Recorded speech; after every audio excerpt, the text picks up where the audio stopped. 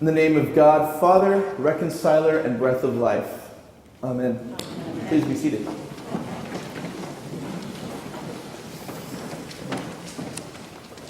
I have a confession to make.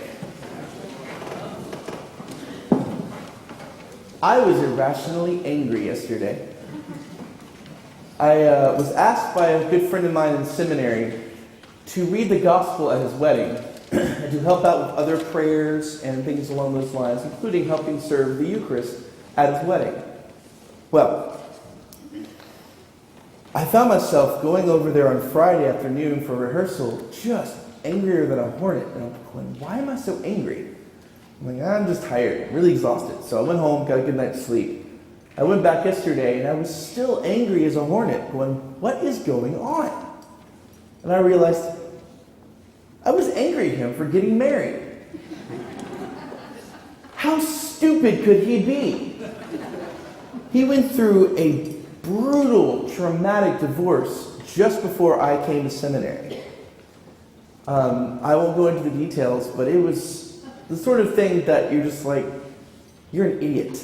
You're giving love a second chance. What's wrong with you? Again, a confession, recognizing in myself my own baggage around, first of all, being frustrated that this friend talked a lot about the situation, for good reason. And even so, I got frustrated at times going, okay, can we talk about something else? Also, having had less than positive experiences myself in love, I was irrationally going, why would you do this to yourself? And then I realized, oh, right. That's kind of a problem. I've dedicated my entire life to building loving relationships as a priest. I am now in, by far, the happiest relationship of my life. I was angry at him because he was reminding me that I have no real good way out unless I choose to leave it. Because when you find the right love, it's worth it.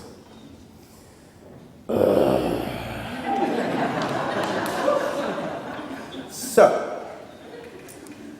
I tell you that story because everything that we read today is about how do we be in relationships of love.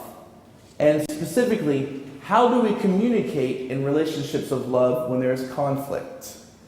I chose the Ezekiel reading this week for the Old Testament because it points to our responsibility as members of a community, as members of whether it be a romantic relationship, a sibling family relationship, a best friends relationship, a parishioners relationship, a priest to laity relationship, whatever. I love the snark and bluntness of Jesus in the Gospels of Matthew and Mark. Especially when he talks about in the Sermon on the Mount, when you see a speck in your brother or sister's eye, and you say, come here, friend, let me remove that speck. Stop. You have a 2x4 sticking out of your own eye. You're smacking people in the face trying to remove the speck. Slow down. Take the log out of your own eye. Then maybe you can step into looking into your neighbor's problems. Has anyone ever struggled with actually doing that? Come on, everyone, raise your hands. I know I do. That's what I think Ezekiel's pointing out. He is told by God, you are like a sentinel. A sentinel stands on the wall of a city, keeping guard, making sure that everyone is okay. If someone is coming from the outside to harm the people and the sentinel doesn't warn them, it's the sentinel's fault that the town gets sacked. If people on the inside are doing things that are sabotaging the people inside and could cause problems that would lead to being sacked, they are also responsible for calling that out. That's another fun one, is dealing with conflict. Who here likes conflict? You would. I like that. I don't. Who here is afraid of conflict? Okay. Who here thinks that conflict is something that you have to win at all costs? That's certainly the discourse in our country right now. And it is tearing us apart. That's all I will say about that. Don't worry. going back to another story where I had to deal with my own anger was when I was in the Episcopal Service Corps, which is like AmeriCorps, but through the Episcopal Church. Excellent. It got me into Boston. Well, one of the things they talked about when I was applying was this thing called intentional Christian community. And I'd been an Episcopalian for about a year. I didn't know what the heck that meant. I'm like, oh, okay, we're intentional about the fact that we're Christian. All right. Little did I know that it meant that I had to spend time with my roommates. They weren't just my roommates. I had to eat with them. I had to pray with them. When we had conflict, we had to talk it out together.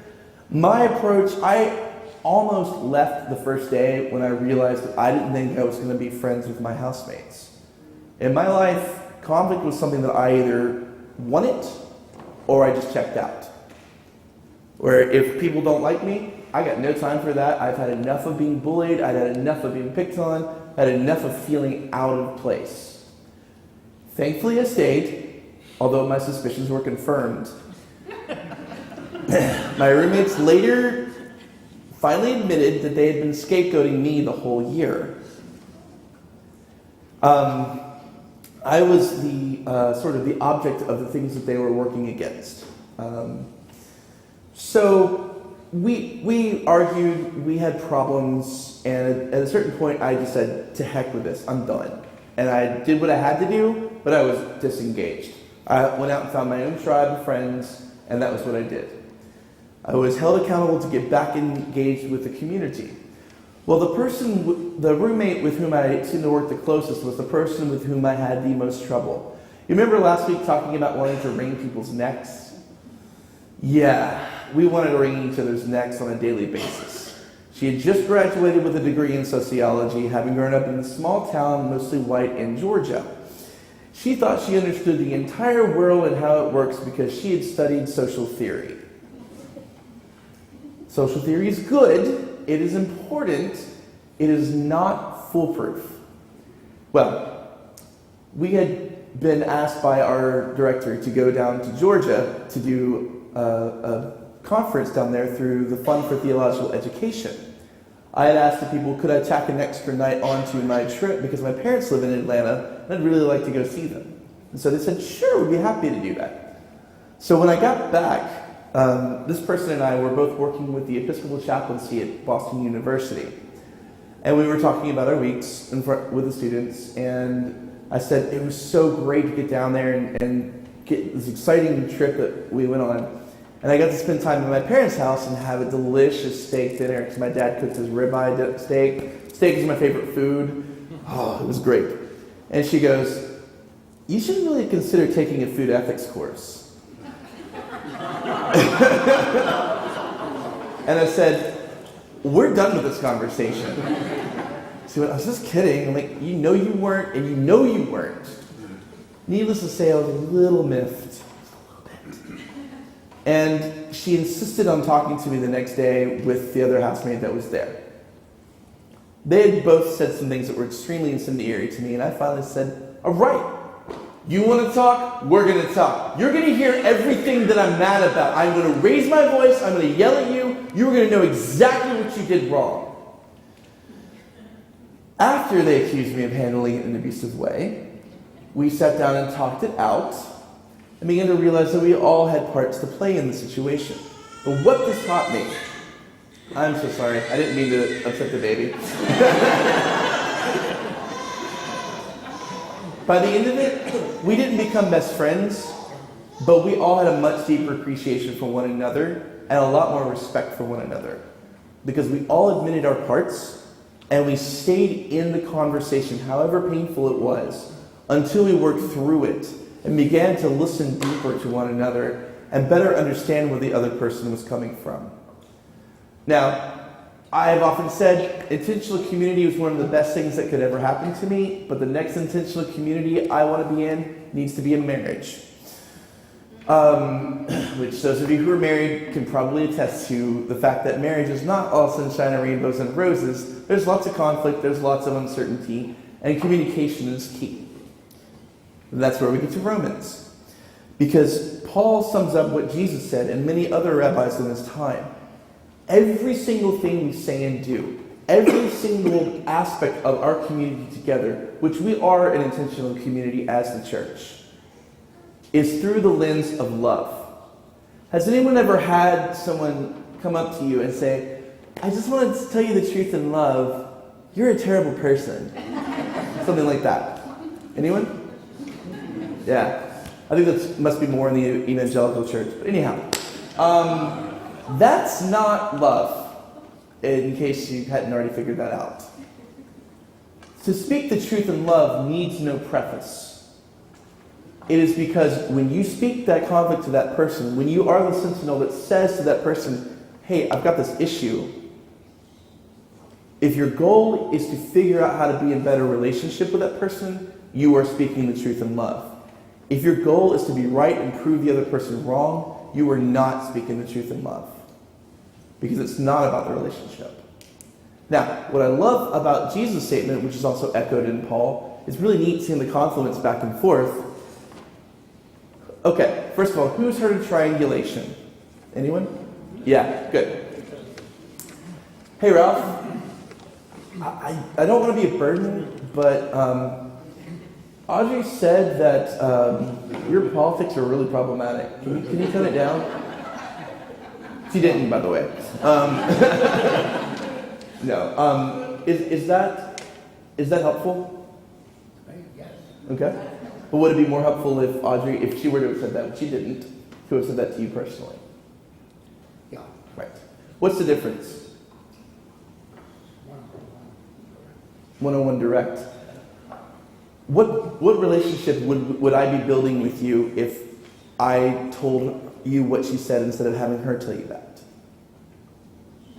Not much of a relationship. Right. Now, excuse me. What if I came up to, let's see, who else can I pick on? Let's go with Jerry. Jerry, I'm sorry, man. I don't want to burden you, but most of the people here think your shirt is tacky.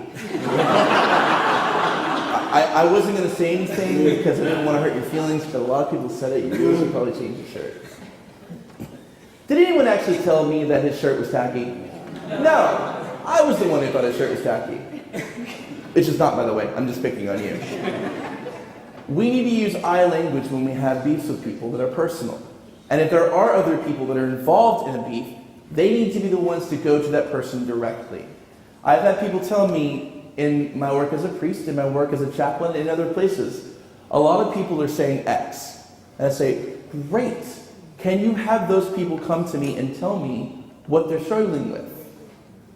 For some strange reason, I don't get anyone else coming and talking to me about that problem. Now, I don't want people to come to me and say, I have this problem with you, so I can go, who do you think you are? I'm the priest, you can respect my authority. It's much more about, okay, what do I not know about you that will help me better be in relationship with you?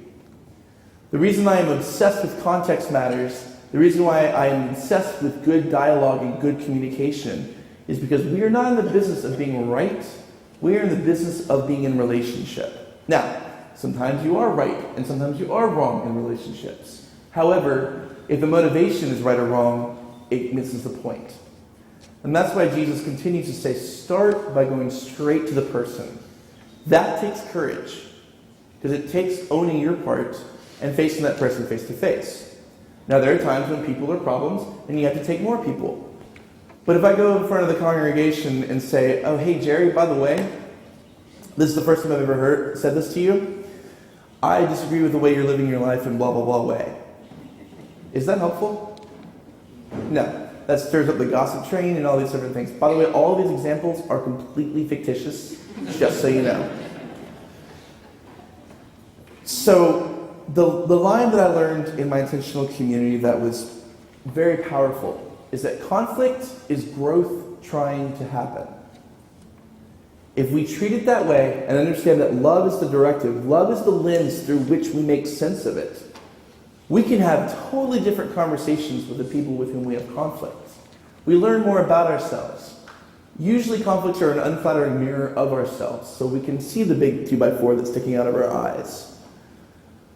My hope as we continue to grow, as we continue to go through this process of the interim, is as conflicts always arise in community, even though this community is very strong, we continue to take heed of the fact that we are called to love one another first. And every relationship we're in, every conflict we engage, needs to be seen through the lens of, how do I grow deeper in my love for this person? How do I better understand where they're coming from? How can I better understand where I'm coming from? And how do we deal with conflict where no one is excluded? When Jesus says, treat them as a tax collector or a Gentile, in the Gospel of Matthew, Matthew is a tax collector. The very story of the Gospel is Jesus having compassion for Gentiles and tax collectors. They're not inside the group, but they're to be loved. So may we, in the midst of a time of turmoil, tumult, heated debates, obsession with my own viewpoint is the only one that's right, and denigration and demonization of those who are seen as our enemies or our opponents, may we see them as fellow beloved children of God. May we see this conflict and this impasse as a way of learning to listen more deeply to find out more about the person. And ultimately, may we build the kingdom of heaven on earth through the lens of God's reconciling love. Amen.